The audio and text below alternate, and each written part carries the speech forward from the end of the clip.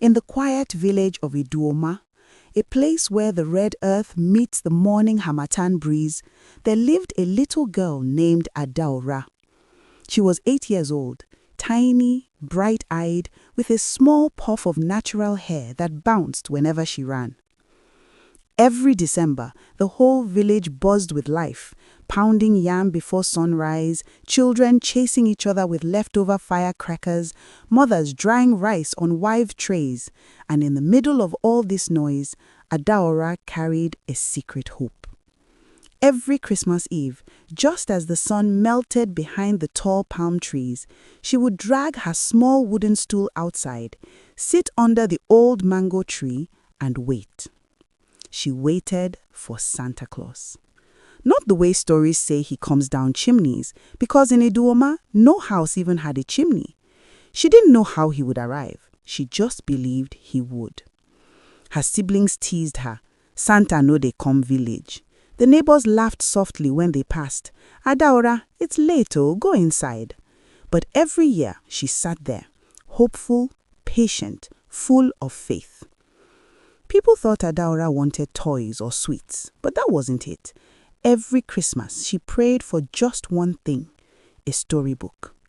A book she could read at night, a book that would help her learn big English words, a book that would help her answer the teacher confidently, a book that would help her dream bigger than the four corners of her small classroom.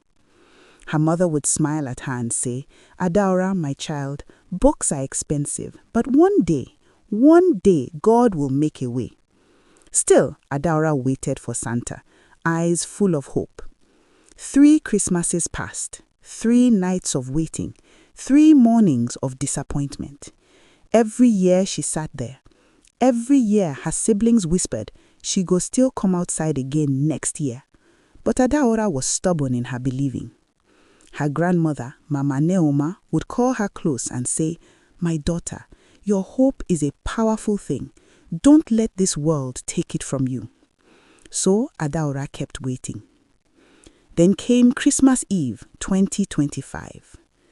The day started quietly. The village men repaired roofs, women washed rice in cold water, children practiced carols shaking small metal bells that made more noise than music. But that evening, the air felt different. Even Adaora felt it deep in her chest, a soft stirring. She took her stool and, as always, sat under the mango tree. Her little torchlight flickered in her hand as she whispered, God, maybe this is the year. She tried to keep her eyes open, she tried to fight sleep, but the harmattan breeze was cool and her eyelids grew heavy. For the first time in years, Adaora fell asleep while waiting.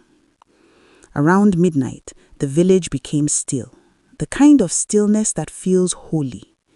A faint glow appeared at the end of the dirt road, soft, warm, like a lantern carried by someone who walked with purpose.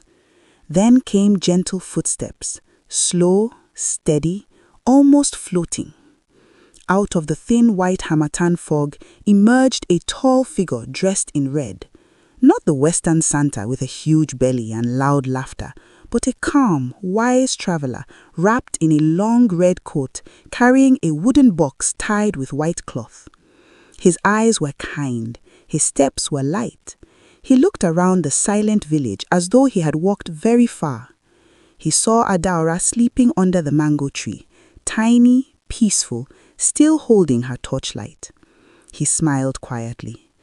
Kneeling beside her, he placed the wooden box on the ground. Then he whispered, in a voice soft like the night breeze, Hope never goes unnoticed. And just like a story woven by angels, he disappeared into the fog. Before sunrise, Adaora's mother stepped outside to fetch water. She froze. Her eyes widened. Her daughter was still sleeping outside, and beside her, a carefully wrapped wooden box. She called her husband. Her husband called the siblings. Soon the whole compound gathered around the sleeping girl. Adaora, Adaora, wake up, her mother whispered, shaking her gently. Adaora opened her eyes slowly. At first she was confused. Then she saw the box. Her heart jumped. Mama, what is this? her father said, his voice soft. "Open it." Adaora untied the white cloth. Inside was a beautiful blue storybook titled Dreams of the Brave Child. Her small hands trembled as she lifted it out. Under the book lay a folded note. Adaora unfolded it slowly. The handwriting was neat, flowing, almost glowing. It read, "For the girl who believes even when others laugh, keep dreaming, the world needs your light." Adaora pressed her book to her chest, tears filling her eyes. By afternoon, the whole village had heard the story. Some said, "It must be one traveler from another village." Others said, "No, this one is spiritual. A blessing visited us."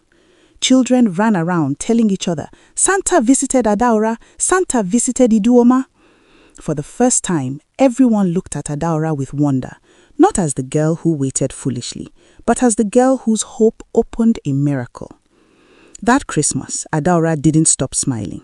She read her storybook every night, one page at a time, sounding out words, learning new ones, growing bolder.